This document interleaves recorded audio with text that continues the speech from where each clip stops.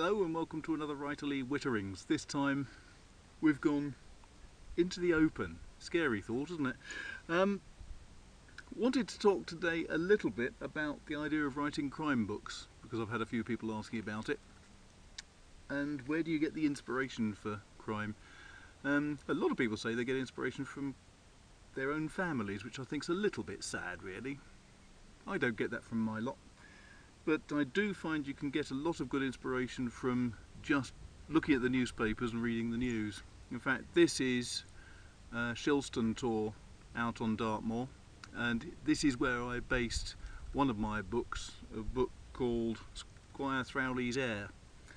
And the idea of that was that a knight had died, he had his heir in place, and so developing from that, if the heir died, who would have had the motivation to kill him? And that is the whole point about a good crime book, is that you must have a lot of people who have got the potential for wanting to kill someone. So what are the basics of a crime novel? Well, generally, if you've got a crime novel, it is expected that you'll have a murder in the first few pages, normally at least within 60 pages of the start. It is expected that you'll have about 5 to 6 main suspects. And each of those main suspects must have means, opportunity and a motive. And the nice thing about writing crime is that if you decide that actually the ending is pretty obvious before you got there, you can go back and change the story at almost any point, because if you've done it and constructed each of the motivations properly, then it should be very easy to change who is actually the guilty party at the end of the book. Doesn't mean that you're cheating, it doesn't mean that you're changing motivations necessarily. If the book's constructed and planned and plotted properly, then you should be able to change who the guilty party is. The nice thing about crime is that you can write crime books really that can tackle any aspect of life. You can have crime books that look at modern day life and are studying the breakdown of society. You can have relationship problems with families breaking down. You can have any number of different motivations. The truly wonderful thing with crime is that basically it's entirely open for anyone. It's getting windy here now. I can feel the wind, and that means that probably the microphone's breaking up, but let's persevere and see how it works. So you can't have fewer than about 5 main suspects in a crime book, because if you have fewer than 5, really it just gets a bit too difficult to have a story that's any reasonable sort of length. You shouldn't have more than about 6, because then it just gets too confusing. So you got fairly straightforward. Now the next stage is, well, who do you have to investigate the crime? Now my books, all set around Dartmoor, tend to be Baldwin de Ferntil, the ex-Knight Templar, and Simon Puttock, who's the local man. And those two were picked for very good reasons. I had the Templar because he would have been very worldly wise, he would have been aware of politics, he would have been aware of the church, he would have had really good motivations himself because he would detest church politics in particular, but politicians generally after the actions of the French king. But then I needed someone who would have much more local awareness, he would be much more fixed to the customs and aware of the ground that they were covering. And for that I needed someone who was a local bailiff, so I invented Simon Puttock.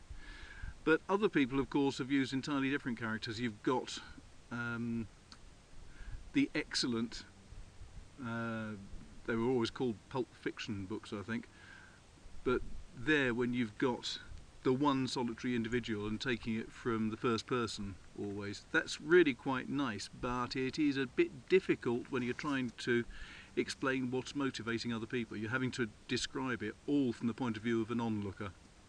I find that hard, but also quite enjoyable occasionally. I've started writing one book now which is all first person, and that's really been very enjoyable. There's other books like Sherlock Holmes where you have one brilliant genius and the Dr. Watson who's a sidekick, but he's not anything like as bright as Sherlock Holmes generally. Although the films make Watson out to be a bit of a buffoon, generally in the stories he never was. He was always quite an intelligent man in his own right, but just not anything like as specific and precise in his knowledge as Sherlock Holmes was. That's good, but I think it makes the second character a bit too weak from my point of view.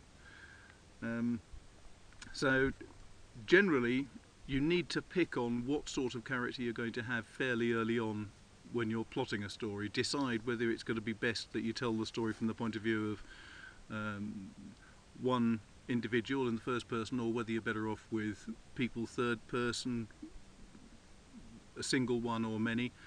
If you're writing police procedurals, you've got the option of taking the Morse sort of approach, the Colin Dexter approach, where you've got one very bright individual, which basically goes against all of the rules of policing. I mean, there's no way that a guy like Inspector Morse would ever have a career in the police. He'd have been fired long ago for his wayward antics.